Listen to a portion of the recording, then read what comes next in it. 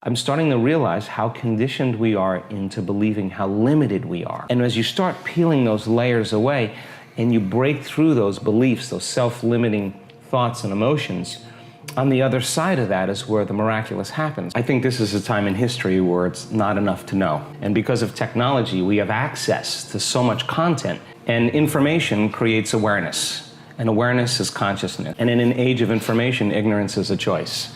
There's an energetic change, I think, that's taking place in the world right now where people are so informed that old models, old paradigms are beginning to break down, whether it's the medical model or the religious model, the education model, journalism, the economy, politics. It's all beginning to come to the surface because something else has to come out. And 10 years ago, information was the thing that stimulated thought, stimulated new ideas. And as we learn new things, we make new connections in our brains. So as we begin to add new stitches into that three-dimensional tapestry in our mind, we're beginning to cause our mind to function in new ways. But the key then is to apply it. You just got to understand the formula. And just like any skill or anything you learn, you got to go from thinking to doing to being. You got to take knowledge, you create the experience, and if you keep doing it over and over again, you start getting a skill or you start getting wise about how to do it.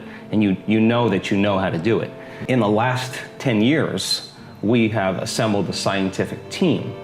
And let's see if you can really make significant brain changes. I don't want those changes to just be in your mind.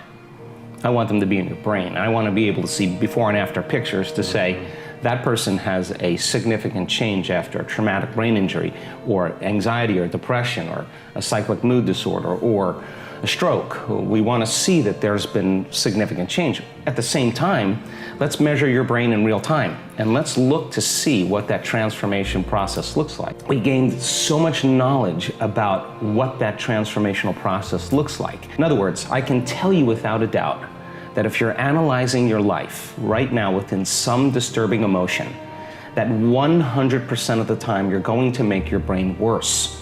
If you're stuck in an emotion and you're thinking within that emotional state, in other words, you can't think greater than how you feel, that means then you were thinking in the past because those emotions are a residue of the past. So we see people in the process of change that are analyzing in duality or polarity. That kind of drives the brain into higher states of arousal and further away from true change. So we've done thousands and thousands and thousands of brain scans, and we now know that there's a formula to create greater brain coherence, greater brain efficiency, to make your brain work better. And when your brain works better, you work better. At the same time, it requires a clear intention and an elevated emotion to begin to change your energy and to change your life. And nobody changes until they change their energy, right? So then how do you get a person out of resentment and frustration into joy and freedom why would they feel grateful or joyful or free if the experience hasn't happened? So most people are spending the majority of their life waiting for something out there to take away their emptiness or pain or the resentment in here. Well, if they're waiting their whole life in separation or lack, then and we create reality, then the lack is driving certain thoughts, which is creating more separation and more lack. So teaching people then to begin to condition their body emotionally before the evidence takes place in their life is breaking a significant habit. So instead of living by cause and effect, now we're beginning to cause and effect. So the moment you start feeling whole and grateful, we now know your healing will begin at that moment. The moment you start feeling worthy and abundant, your wealth is coming. You're generating a certain amount of energy, a certain amount of wealth. And so let's stop telling the story of your past and let's start telling the story of your future.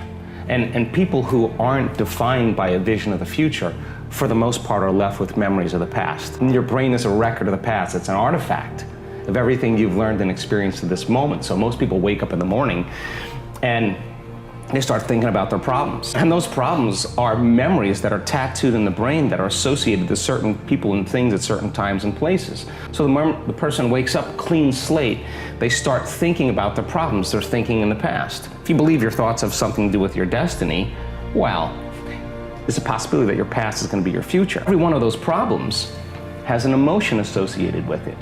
So then the moment you start recalling the problem, you start feeling unhappy. Now your body's in the past because thoughts are the language of the brain and feelings are the language of the body, and how you think and how you feel creates a state of being. So people reaffirm their identity based on the past, right?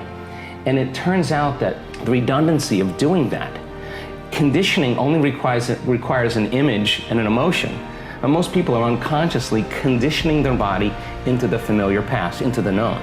So now if you're in the familiar past and in the known, you're going to crave the predictable future, right? That's the known as well. And there's only one place where the unknown exists, and that's the eternal present moment. That's the sweet spot of the generous present moment. So you gotta labor to get that person beyond the emotions that keep them tacked or anchored to the past. And yes, it takes an effort to do that, but if you keep working with the formula, you'll reach that elegant moment where there's a liberation of energy. And now your body, as the unconscious mind, the objective mind, is not believing, it's living in the same past experience 24 hours a day, because you're liberating the body from that emotional state. So you ask a person, why are you so unhappy? Why are you so frustrated? Why are you so resentful? The moment you ask that, their brain is going to associate that emotion to a past event. That's because they have nothing to look forward to in their future. So if you're not being defined by a vision of the future, it just means to me that you're more in love with your past than you are with the future. So how do you teach people to believe in a future that they can't see or experience with their senses yet, but they've thought about enough times in their mind that their brain is literally changed to look like the event has already occurred? The latest research in neuroscience says that's absolutely possible. We know that. And how do you teach a person to select a new possibility in their future and begin to emotionally embrace that future before it's made manifest to such a degree that their body, as their unconscious mind, is believing it's living in that future reality in the present moment, and they're signaling new genes and new ways ahead of the environment. Now, till their body begins to change to look like the event has already occurred. We've proven. So your body is believing it's living in that future reality in the present moment. Now think about this. The stronger the emotion you feel from some condition in your life, the more altered you feel inside of you, the more you narrow your focus on the cause, and the brain freezes an image and takes a snapshot. And that memory now is embossed in the brain. It's branded in there. So then people think neurologically within the circuits of those past experiences, and they feel chemically within the boundaries of those emotions. And the stronger the betrayal, the stronger the trauma, the more the body's living in the past, right? So how do you reverse that? So now, if you truly got passionate about a future, we've all done this. You get a wild idea in your mind and you start holding on to that vision and you're preoccupied with it. All of a sudden, the thought in your mind becomes the experience, and you start feeling the energy of the future. Now, the stronger the emotion you feel from that vision, the more you're going to pay attention to the picture in your mind, and now you're remembering your future. And vice versa, the stronger you pay attention to the feeling of the past pain, you're going to create the pain in this moment. Exactly. So then it requires a coherent brain, and we now know that there's a formula for that, and we've got beautiful research to show that people can do it. They just have to practice. And it requires a coherent heart. It just requires getting still, closing your eyes, putting your attention on your heart, changing your breath so that you move into the present moment. And when you slow your breathing down, you slow your brainwaves down. When you slow your brainwaves down, now you're accessing your autonomic nervous system. So then you train a person how to open their heart and feel an elevated emotion. And it takes a little practice.